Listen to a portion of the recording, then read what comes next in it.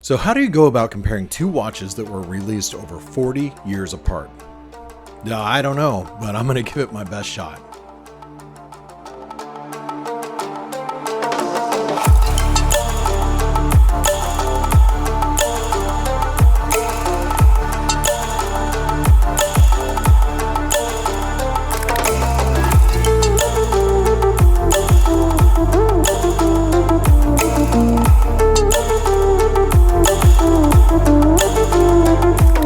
When I first saw the new Citizen ProMaster diver called the Fujitsubo, I was excited to say the least. How could I not be? I've owned several of the original Citizen vintage divers 520-110s, so naturally, as you would expect, I couldn't wait. But after watching multiple reviews of the newly reissued Citizen NB6021, also known as the Barnacle, that excitement eventually waned. Every reviewer complained about the horrible bezel action, the small crown, boring looks, etc., etc. And I thought to myself, why even bother? Don't ask me why I had this change of heart, but maybe it was the fact that summer was approaching and I knew I couldn't wear my vintage Citizen on the beach or swimming, or perhaps I just wanted to see how horrible the new version was myself. Then one came for sale. And it was this black dial one with the original bracelet. How could that be? Most of you probably already know this, but the blue dial variant is the model that came with the bracelet. The black dial model came with the rubber strap. So this watch was for sale from a watch enthusiast, and it had barely been worn. And it even had the titanium bracelet. So, of course, I jumped on it. Why not? I mean, what's the worst that could happen? Well, if I didn't like it, I could just film this review and just put it back on the market. Well, here we are. I'm ready to review this watch. And if you want to know the secret to getting this dial and the bracelet, wait till the end and I'll share with you what I know. So let me start off by saying there is no way you can compare the vintage model to the reissue. However, at first glance, it's hard to tell them apart. The size and dimensions are basically the same. But I saw this popular watch YouTuber say, maybe in the next iteration they will modernize this one. All I have to say about that is this. This is a modernized version of the vintage diver. The titanium case is a major upgrade, and I just spent a week with this watch in the Carolinas and on the beach. And all I have to say is it was very impressive. But more importantly, it felt like I had my old Citizen 520-110 with me right on the beach when I was diving into the surf. So let's start off by taking a quick look at the dimensions of both of these watches. And as I do that, also know that right here, you can find a link to my review on the vintage Citizen diver, the 520-110. I'll put the link right here. Both watches clock in about 40 millimeter case diameter or slightly more. They both have 20 millimeter lug widths.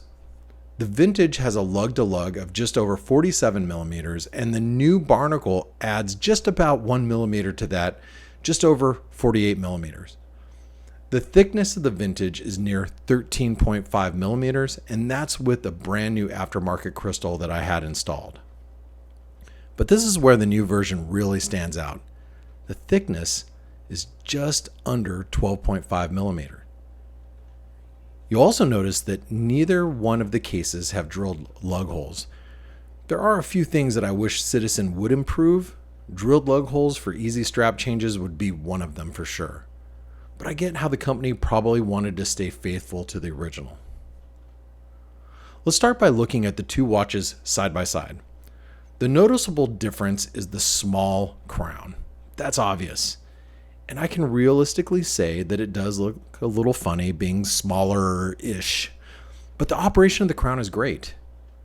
Do you know when you have one of those watches that has a small crown and you have to turn the crown so many times just to get the minute hand around the dial? That's simply not the case with the reissue. The crown may be small, but the usability of it is spot on. Also, take notice of the fonts they used on the bezel insert. It's fairly accurate to the original. The numbers are in a slightly different font, but very close. Just so you know, my vintage Citizen is not the original Challenge Diver, which is the model number 626198. So mine does have hash marks around the entire bezel insert, which was one of the small minor differences between the vintage models. The reissue is faithful to the actual Challenge Diver, so it only has hash marks between 12 and 15. Take a close look at the dial. You may notice the applied indices are a little smaller on the reissue versus the vintage. Also, the vintage has an applied logo, where the reissue is simply printed on the dial. If you focus on the handsets, they are very close, but the reissue has a skeletonized Our Mercedes hand. I'm not sure who made that decision, but I like it. It adds a little flair to the otherwise boring Mercedes handset. Take a look at the case profile. What you'll notice is they are very similar. Obviously, the re-release is in titanium, but take notice of the bezel. The vintage has way more definition in the scallops. The reissue is a little smoother and a little less sharp. It's kind of like an Seiko like SKX or something like that. I'd like to stop for a moment and address the bezel action. I had very low expectations when I first received this watch. I've owned several titanium watches and many of them divers, and usually the bezel action is atrocious. But the 60-click bezel isn't bad at all here with the Citizen. It's almost like there's a small ball bearing inside which assists the sharpness of the bezel clicks. But the one thing I do wish it had was more definition on the bezel scallops. You know, it's like the vintage one, which would make gripping the bezel a little easier. I do find when I go to turn the bezel, it's prone to slipping a little if I don't have a good grip with my fingers. But overall, I'm really impressed with the bezel action, especially for a titanium watch. It's not that bad. But maybe a lot of reviewers of this watch never owned another titanium dive watch, so that they have nothing to really compare to. So is it as nice as a stainless steel watch with a great bezel? No. But is it bad for a titanium watch? No, not at all.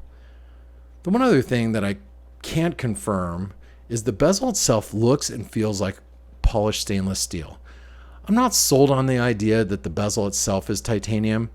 It may be stainless steel seated on top of a titanium case. But looking at both of the crowns, the original vintage diver has an unsigned crown. The little itty bitty teeny weeny crown on the reissue is signed. And yes, it's small. But size does matter. That's what she said. Okay, I had to throw that joke out there. You knew it was coming. But how many times have you complained about a crown digging into your wrist? Well, with the reissue, I doubt you will utter those words at all. And no, not the size does matter words. Okay, flipping the watch over and taking a look at the Caseback, this is where I'm slightly disappointed. Not because the reissue has a rather plain Caseback. I really don't mind that at all. But if you're going to make a reissue, I wish they would have made the print on the Caseback or the design similar to that of the 80s era print that they used on the vintage divers. Seiko's pretty good at this with their reissues. I wish Citizen would have taken a little of that from Seiko's playbook. Other than that, I don't have any real complaints.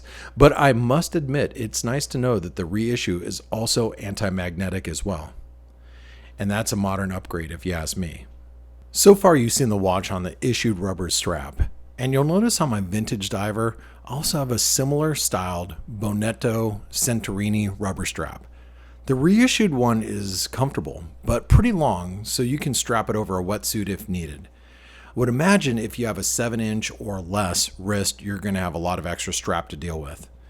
It also came with an unsigned titanium buckle. When you wear it in this configuration, the watch literally disappears on your wrist. The watch only weighs 66 grams on the supplied rubber strap, and frankly, this is the way I'll end up wearing the watch most of the time. Not because I don't like the original bracelet. I actually love the original bracelet. I just happen to work at a keyboard and I want to try to preserve the bracelet the best I can. Speaking of which, let's talk about the bracelet. I haven't mentioned it, but Citizen does put like a Duratec type of coating over the titanium, which seems to be working pretty well. The reason why I say it is I wore this watch in the water, in the sand, and I expected more fine scratches due to that type of use. But as you can see, it still looks great. And with the bracelet, the watch only weighs in about 115 grams with all the links removed from my wrist, which is basically nothing. It feels like nothing on my wrist. And I'm not even a bracelet guy, but I love wearing this watch on the original bracelet. And on the weekends, when I'm not working, that's the way I'm going to wear it. The clasp is pretty nice for a supplied bracelet.